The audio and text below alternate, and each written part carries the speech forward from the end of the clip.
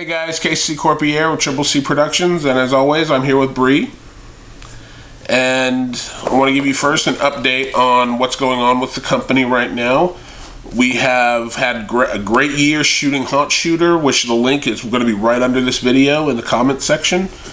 And we traveled a lot, and we shot a lot for this past Halloween. Got some great videos, and I'm very happy with them. And we also had a great season for Texas Frightmare weekend, and we're going to be shooting that show again. And as always, I'm very happy to be there, and we're actually working on some new changes for the Texas Frightmare Video YouTube channel, as well as we also have another channel in the works, which we'll announce later on, and me and Bree were just talking about having a podcast in the near future. So, but right now, Bree? I think it's time for the box of dread. You ready? You want to I want to open it this time. Okay, fine. You can open it this time. It's my turn. Okay. It's my turn. It's your turn to open it. Yeah, see, because he didn't really let me open these half the time. He likes to do it himself. So this is huge, guys. This is totally huge. He's letting me open the box first.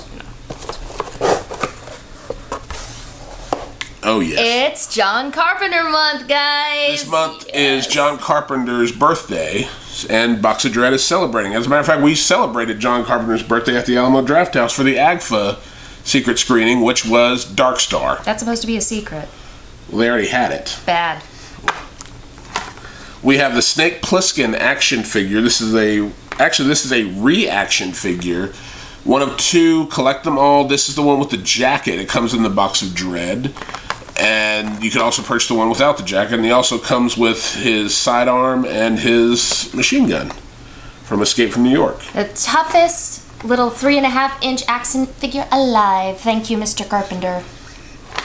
Thank you, Mr. Carpenter and Mr. Russell.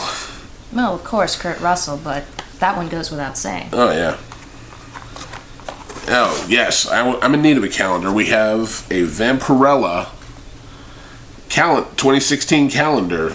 Let's flip through it, Brie. So you can actually imagine the Barbarella character from the 60s, right? Or 70s? I don't remember when that movie came out, but it was like 60s or 70s, right?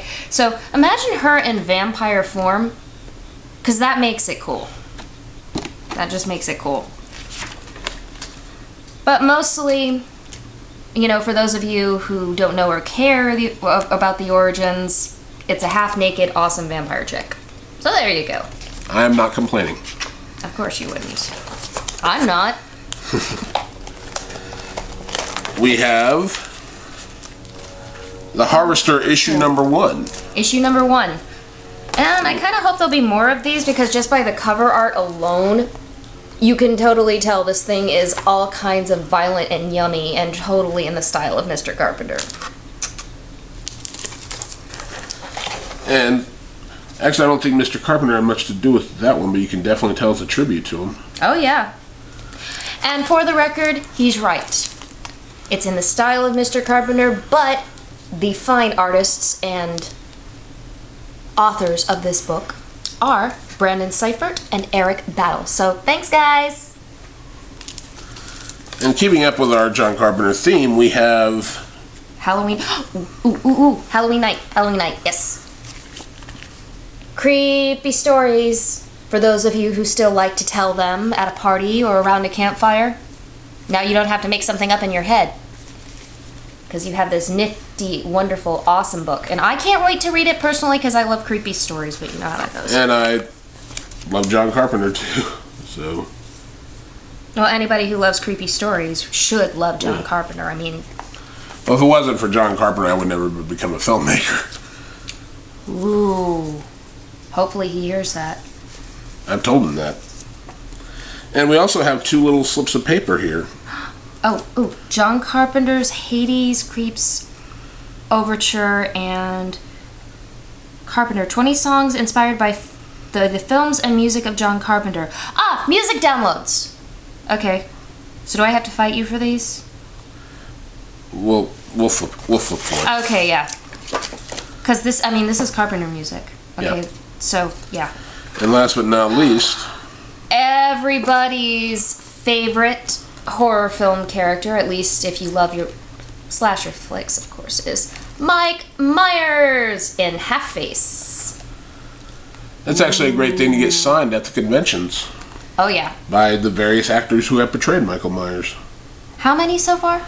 I'm not counting, because actually in the first movie alone, there was like 4 or 5 of them. In one of them, wasn't it didn't they actually beat up a William Shatner mask to make... It was a William Shatner mask that they cut the sideburns off, spray painted it white, and they made a creepy mask that... And as soon as that one came out, you know, that whole thing came out about the mask, you know, where its origins. I'm not sure whether, you know, some people thought it was a compliment or an insult. Still trying to figure that one out to this day, but I still have yet to see every single one of the Halloween films. I am so behind. Doesn't mean I won't. Just I'll take care of that, guys. I do have the entire box set on Blu-ray. lucky. Sorry, can't swear on camera. You're not gonna hear that, guys. Anyway, that's this week's Box of Dread, and I want to send a special happy birthday out to John Carpenter. Yep. We'd sing happy birthday, but apparently there's some question about the copyrights to that song. And Yeah, yes, cool. look it up on Google, guys. It's pretty funny. Thank you very much, and have a great time. Later.